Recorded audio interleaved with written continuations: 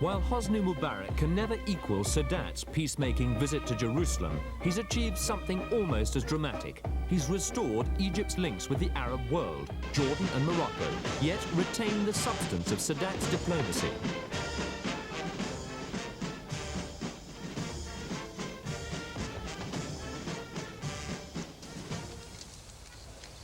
And although Israel disliked it intensely, he's become the only Arab leader who can talk with both the mainstream of the Palestine Liberation Organization and the Jewish state. And all this by a leader who had never courted power nor sought the limelight before he became Sadat's vice president 10 years ago. Some say that if all Mubarak's prayers had been answered, he'd never have had to assume the burdens of the presidency. October the 6th, 1981, the day that changed the life of Mubarak and Egypt, the assassination of President Anwar Sadat.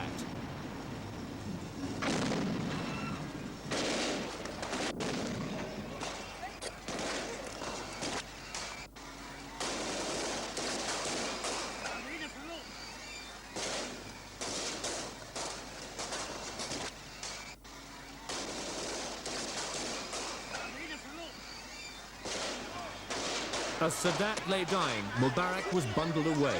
Incredibly, he had been only slightly hurt.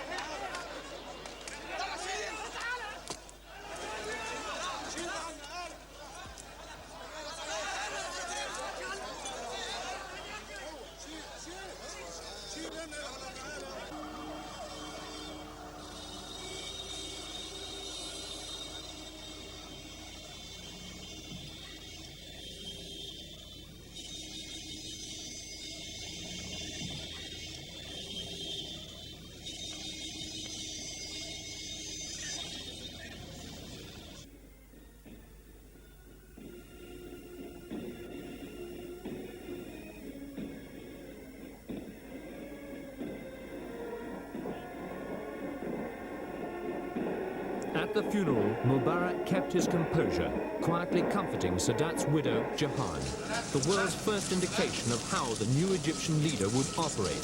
Unspectacular, low-key, but gradually effective.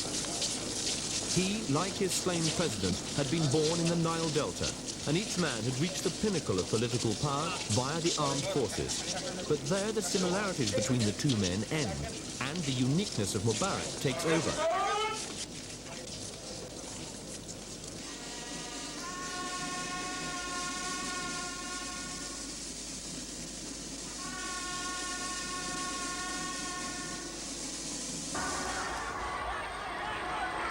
Sadat, a world figure, extrovert, charismatic, but surrounded towards the end by allegations of nepotism and corruption, he overshadowed Mubarak. Steady, pragmatic, disciplined, Mohammed Hosni Mubarak is living proof that in politics, it's not always the flashy performers who get to the top.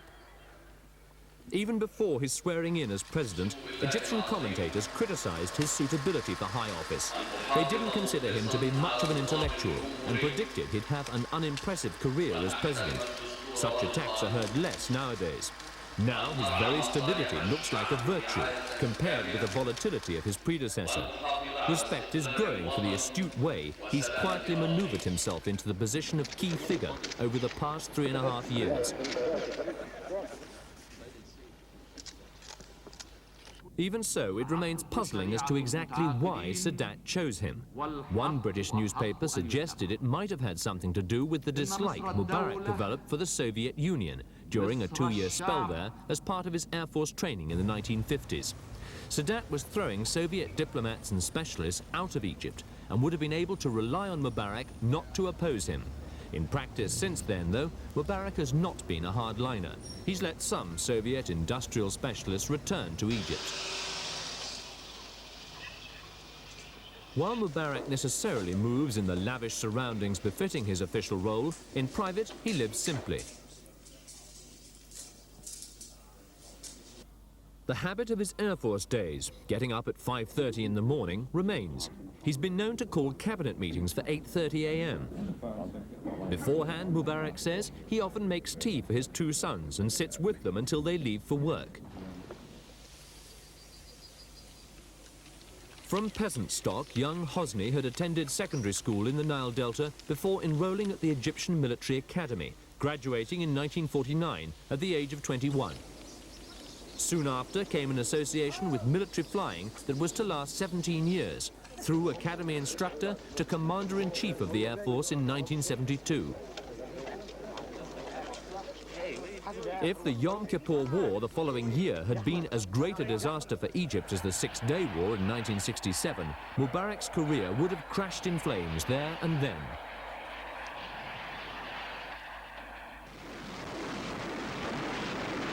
As it was, his efficient planning and execution of airstrikes in the opening hours of the 1973 war contributed to the Egyptian army's success in crossing the Suez Canal and capturing Israel's Bar-Lev line.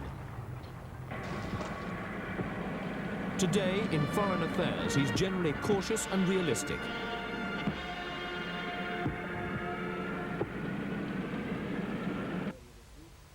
President Reagan, in my remarks today, he doesn't expect his peace plan to produce quick or easy results.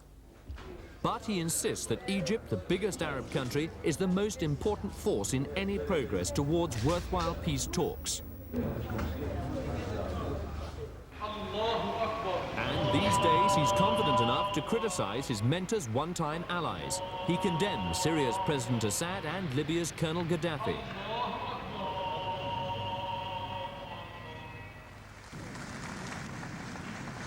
Determined not to see the Sadat Camp David legacy squandered, but equally determined to carry the peace torch at his own pace, Mubarak's reported to have hinted to some that he might hand over the presidency at a future date, the first leader of modern Egypt to point the country to a steadier, more mature domestic life. Strength and self-confidence for a leader and a country at the center of the Middle East peace process could bode well, far beyond Egypt's borders. Mubarak is now ready to sit down with his Israeli opposite, as his mentor Sadat once sat down with Prime Minister Begin.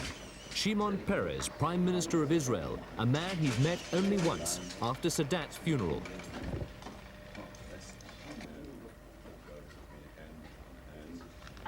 Peres was handpicked by David Ben-Gurion, Israel's founding father, as a potential leader. Unlike Mubarak, he's had a clearly defined political career.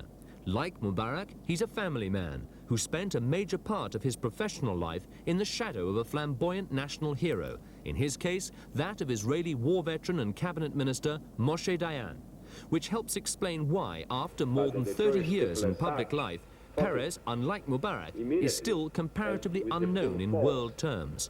In the 10 Commandments, it is being said you shouldn't steal. Now, would nobody steal? I wonder if it would be necessary to put it in the 10 Commandments. Peres has long been one of Israel's senior experts on defense matters, but he didn't clearly emerge as a national leader until the early 1970s.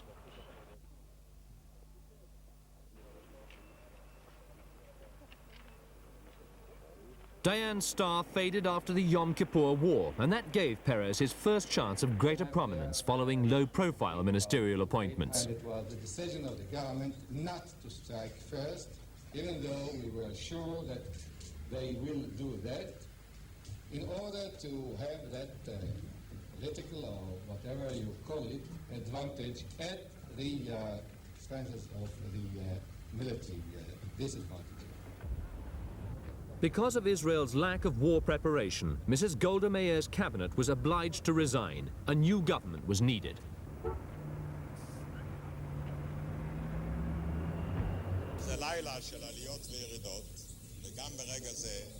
Peres found himself a contender for the post of Prime Minister. He lost narrowly to Yitzhak Rabin, but joined the new government as Defense Minister and Rabin's main rival. Despite his relaxed manner, Peres was known to be a leading hawk on the critical issue of negotiation with the Arabs. He accepted Egypt was the main regional force for war or peace, but saw a major threat coming from Syria, which he believed might be attempting to annex Lebanon.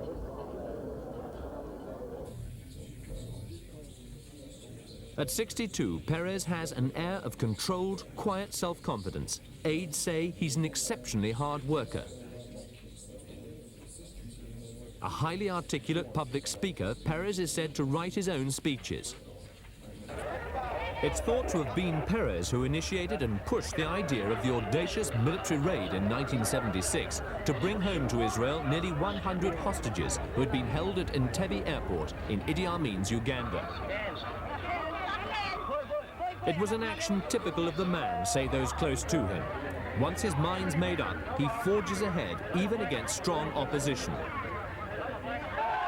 But it's said Peres would never have pushed for anything so risky as the raid on Entebbe without characteristically listening to the views of others first and displaying confidence in those delegated to execute the task.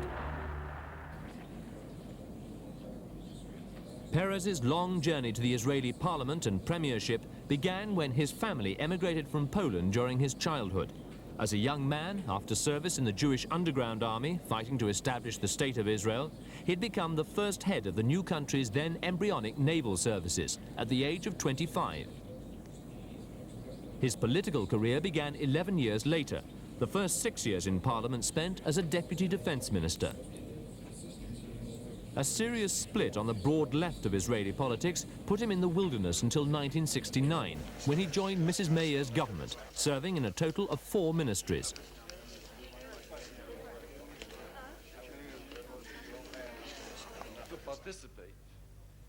After Rabin resigned as premier in 1977, Peres finally achieved leadership of the Israeli Labour Party and a tantalizingly brief period as acting prime minister.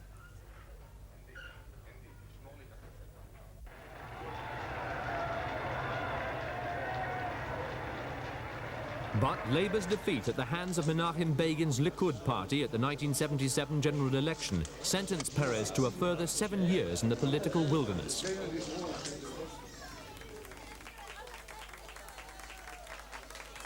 Even though the general election of July 1984 saw him accede to power at last, the poll, like all previous ones in Israel, failed to give any party a clear majority.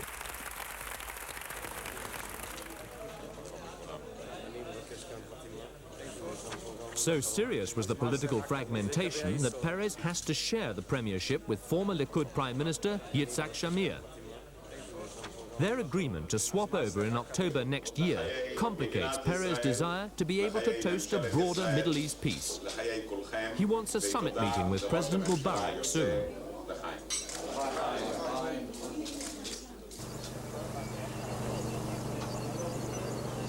The Peres government is bringing Israel's troops home from Lebanon.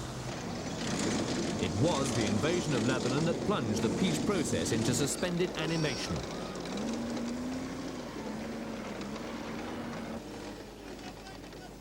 Yet those advising Peres are anxious. Will he have time and the room for political maneuver to try to prevent repetition of this sort of thing throughout the region for the sake of future generations?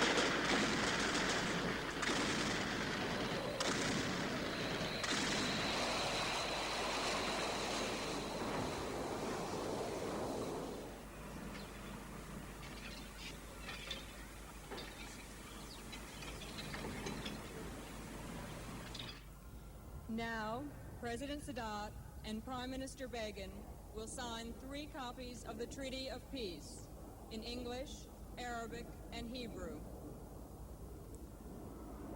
A revival of the rapprochement between the Middle East's 2 most important protagonists, but featuring today's principal players, offers the best hope for getting the peace process going again and lowering world tensions. And so far as 2 of those principles are concerned, their best hope of shedding finally the shadows of their predecessors' reputations and coming to be recognized as their own men. The ones who cleared a new and lasting pathway through the military and political minefield of the Middle East.